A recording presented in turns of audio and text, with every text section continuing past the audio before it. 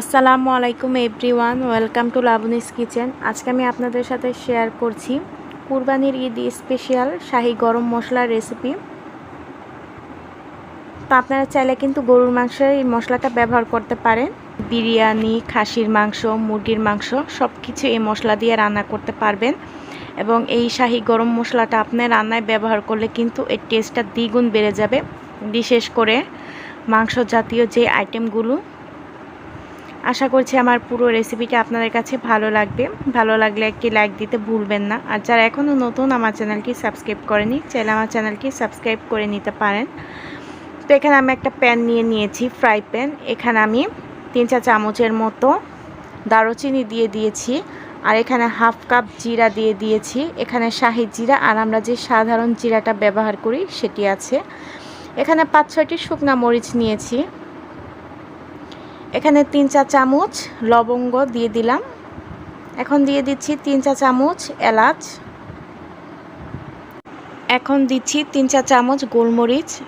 আপনারা চাইলে সাদা গোলমরিচের গুঁড়া ব্যবহার করতে পারেন। এখন দিয়ে দিচ্ছি জয়ত্রী 1 চা চামচ।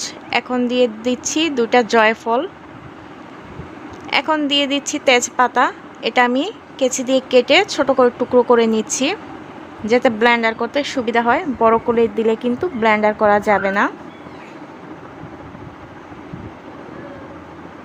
আমার এখানে সবগুলো মশলা নেওয়া কিন্তু শেষ। এই তো দেখতেই পাচ্ছেন, আমি একটু একটা চামচের সাহায্যে নেড়েচেড়ে দেখিয়ে দিচ্ছি। তো এই মশলাগুলো এখন আমি টেলে নিব।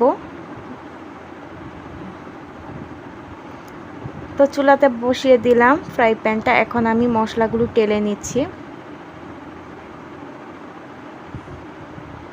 মশলাগুলো টালার পর কিন্তু এ থেকে ভালো একটা স্মেল আসবে। তে মশলা দিয়ে কিন্তু গরুর মাংসটা রান্না করলে খেতে অসম্ভব মজা লাগবে। বিশেষ করে কুরবানির গরুর মাংস কিন্তু এই শাহি গরম মশলার গুঁড়ো দিয়ে কিন্তু রান্না করলে অসম্ভব টেস্ট লাগে। তো মশলাগুলো আমার টালা শেষে এখন আমি ব্লেন্ড করে নিচ্ছি।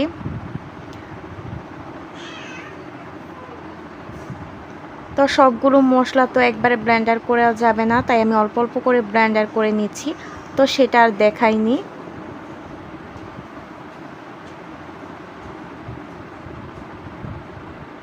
তো 3-4 বারের মতো আমি সবগুলো মশলা কিন্তু ব্লেন্ডার করে নিয়েছি।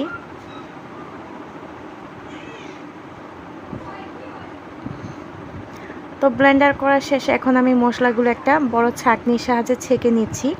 তো এর মধ্যে যদি আলগা বা বড় মশলাগুলো থেকে যায় সেটা কিন্তু ছাঁকনির মধ্যে রয়ে যাবে। আর গুঁড়ো করা মশলাগুলো কিন্তু সব ফ্রাই প্যানেই চলে আসছে। এই তো অবশিষ্ট বাকি যেগুলো রয়ে গেছে সেগুলো আমি ফেলে দিব। এই তো রেডি আমার কুরবানির ঈদ স্পেশাল শাহি গরম মশলা। এটা গরুর মাংসের মধ্যে ইউজ করলে গরুর মাংসের টেস্টটা কিন্তু দ্বিগুণ বাড়িয়ে দিবে। তো আশা করছি আমার শাহি গরম মশলার রেসিপিটা আপনাদের কাছে ভালো লেগেছে। তো একবার এভাবে শাহি গরম মশলা আপনারা বাসায় তৈরি করে নেবেন, দেখবেন মাংসের স্বাদ কিন্তু দ্বিগুণ বাড়িয়ে দিবে রান্না করার সময় মশলাটা ব্যবহার করলে।